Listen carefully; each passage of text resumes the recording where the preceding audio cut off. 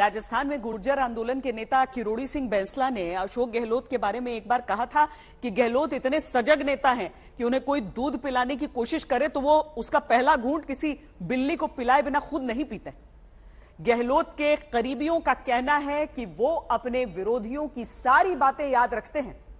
वो कभी भी खुलकर नहीं बोलते, लेकिन चुपचाप अपना काम कर देते हैं। जादूगर तो मैं हुई, इसमें नई बात क्या हुई। जादू करते करते मैं यहाँ तक पहुंचा हूँ।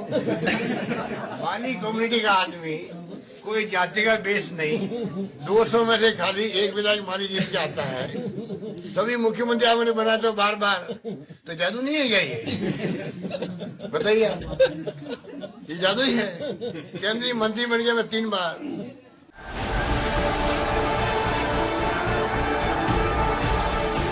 वाकई अशोक गहलोत जादूगर है जो गांधी परिवार के हर सदस्य के करीब पहुंचने में कामयाब रहे।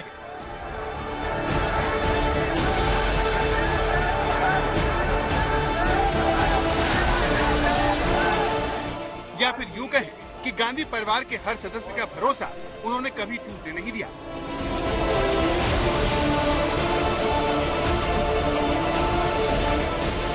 अहम बात यह है कि गांधी परिवार से करीबी के बावजूद अशोक गहलोत पीवी नरसिम्हा राव ने अपनी सरकार में मंत्री बनाया।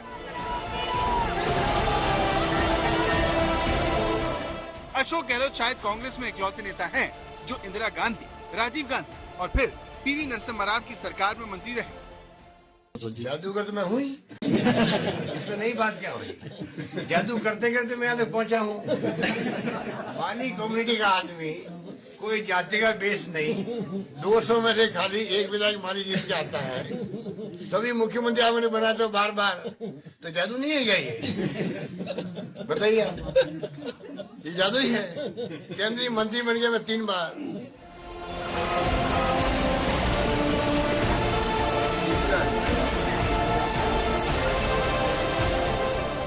अशोक गहलोत को जादू के अलावा घूमना फिरना भी बहुत पसंद है।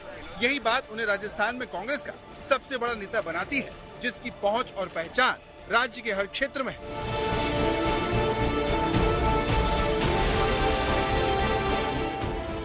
तीन मई 1951 को जोधपुर में जन्मे अशोक गहलोत के पास लंबा राजनीतिक अनुभव है।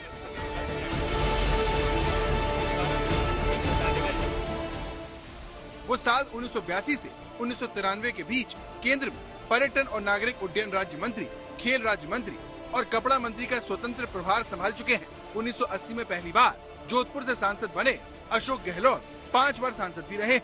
अशोक गहलोत ने साल 1999 में पहली बार जोधपुर के सरदारपुरा से विधानसभा चुनाव लड़ा और वो अब तक वहां से विधायक है। इसके अलावा वो 3 बार राजस्थान के मुख्यमंत्री भी रह चुके हैं।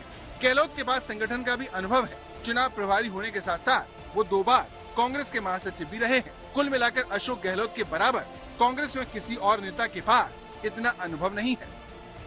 अब नए सिरे से जब चुनाव होंगे, चुनाव के बाद में चुनाव लड़ने वाले जितने भी लोग हैं वो सब मिलके तय करेंगे, गांव में, बूथ पे, ब्लॉक में, जिले में, प्रदेश में, सब जगह कांग्रेस मजबूत कैसे हो, उसी में सब लगेंगे।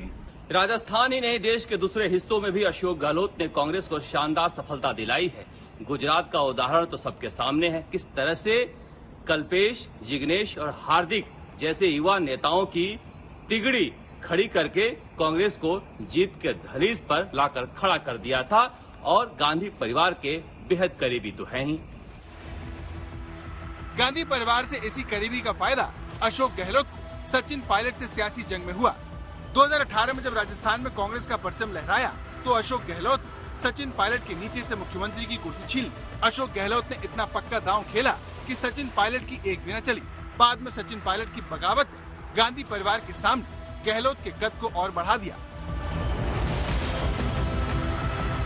अशोक गहलोत खुद के कद्दावर नेता होने का प्रमाण कई बार दे चुके हैं, जिसके चलते वो राजस्थान में सरकार गिराने की सभी कोशिशों को अपने दम पर अब तक विफल करते आए हैं। सियासी संकट भांपने की इसी कला का गांधी परिवार भी कायल है, जिसमें सोनिया राहुल से लेकर प्रियंका गांधी तक शामिल है। मुख्यमंत्री अशोक गहलोत को अजात शत्रु भी कहा जाता है। अपने दल के वरिष्ठ नेताओं से अच्छे संबंध तो हैं ही, विरोधियों से भी अच्छे संबंध रखते हैं और दूसरी पार्टी के नेताओं में भी गहरी पैठ है। राजस्थान में स्वर्गीय भैरव की शेखावत के साथ उनके बेहद अच्छे संबंध रहे। उनकी मृत्यु के बाद भी उनकी समाधि पर हर बार जाते हैं और दूसरे विरोधी नेताओं के साथ भी उनके काफी मधुर संबंध आज भी हैं। भारत जोड़ो यात्रा कर रहे राहुल गांधी दक्षिण में कांग्रेस को मजबूत कर रहे हैं, लेकिन सब जानते हैं कि कांग्रेस की कमजोरी उत्तर में है, जहां पर बीजेपी को राष्ट्रीय स्तर पर टक्कर देने की उसकी कोशिशों में अशोक गहलोत काफी अहम हो सकते हैं, जो मोदी शाह के खिलाफ तीखा बोलने वालों में सबसे आगे है। प्रधानमंत्री की जिम्मेदारी है देश में क्या हो रहा है और उनकी पार्टी जिस प्रकार से हरकतें कर रही है, मेजोरिटी उनके पास में गोवा में तभी तोड़ रहे हैं, गुजरात में चुनाव में जीतते हैं, मेजोरिटी बन जाती तभी तोड़ के वापस बाई इलेक्शन करवाते हैं। तो ये जो नया तरीका अपनाया, ये प्राइम मिनिस्टर को खुद को सोचना चाहिए कि देश हित में है क्या। लो प्रोफाइल रहने वाले मुख्यमंत्री अशोक गहलोत जोखिम भरे फैसले लेने से चूकते नहीं हैं। आसाराम को गिरफ्तार किया तो हाई प्रोफाइल, तो गड़िया को जेल भेजा। राजनीतिक जीवन में उन्होंने कई इस तरह से जोखिम भरे फैसले किए हैं और उस पर डटे रहे हैं। कई लोगों का मानना है कि अशोक गहलोत कांग्रेस के चाणक्य कहे जाने वाले अहमद पटेल की खाली जगह को भी भर सकते हैं। जो हालात देश के हैं उसके लिए प्रतिपक्ष का मजबूत होना बहुत जरूरी है। कांग्रेस संगठन को मजबूत करने के लिए ब्लॉक स्तर पर, गांव स्तर पर, जिला स्तर पर हम मजबूत भी करें और जो विचारधारा हमारी है उसको बेस बना करके हम लोग आगे बढ़ें और एक मजबूत प्रतिपक्ष के रूप में उभर के आए हम लोग। हर राजनीतिक दल में अलग अलग किस्म के लोग होते हैं। अहमद पटेल की एक अपनी भूमिका थी, लेकिन ये बात सही है कि अशोक गहलोत जो हैं वो गांधीयन विचारधारा के हैं। बहुत सीधा उनकी जीवन शैली है, राजनीति को बहुत एंजॉय करते हैं। रुपये पैसे का भी उन्हें हिसाब किताब पता होता है, मतलब साधन के कहाँ से जुटाए जा सकते हैं, कहाँ से आ सकते हैं, और ईमानदारी और निष्ठा और पार्टी के प्रति वफादारी, तो तमाम चीज़ें उन्हें अहमद पटेल या उससे अच्छी कैटेगरी में रखते हैं। और नेहरू गांधी परिवार पूरी तरीके से आश्वस्त है कि वो उसको अच्छे ढंग से चलाएंगे। अशोक गहलोत के लंबे राजनीतिक अनुभव को देखते हुए वो कांग्रेस के अलावा विपक्ष को भी बीजेपी के खिलाफ लामबंद करने में मददगार साबित हो सकते हैं, क्योंकि सियासत का ये जादूगर जयपुर में हो या फिर दिल्ली में, उसे जादू करना अच्छे से आता है।